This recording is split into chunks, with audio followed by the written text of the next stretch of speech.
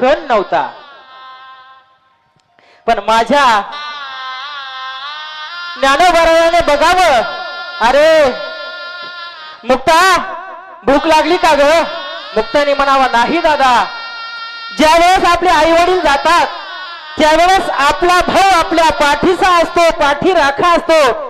ज्यावेळेस माझे विठ्ठलपंत गेले त्यावेळेस माझ्या विठ्ठलपंताने ज्ञानोबरायांना एक पत्र लिहून ठेवलं, अरे ज्ञाना, ज्यावेळेस मी जाईल ना त्यावेळेस या 3 भावंडाचं तू सांभाळ कर.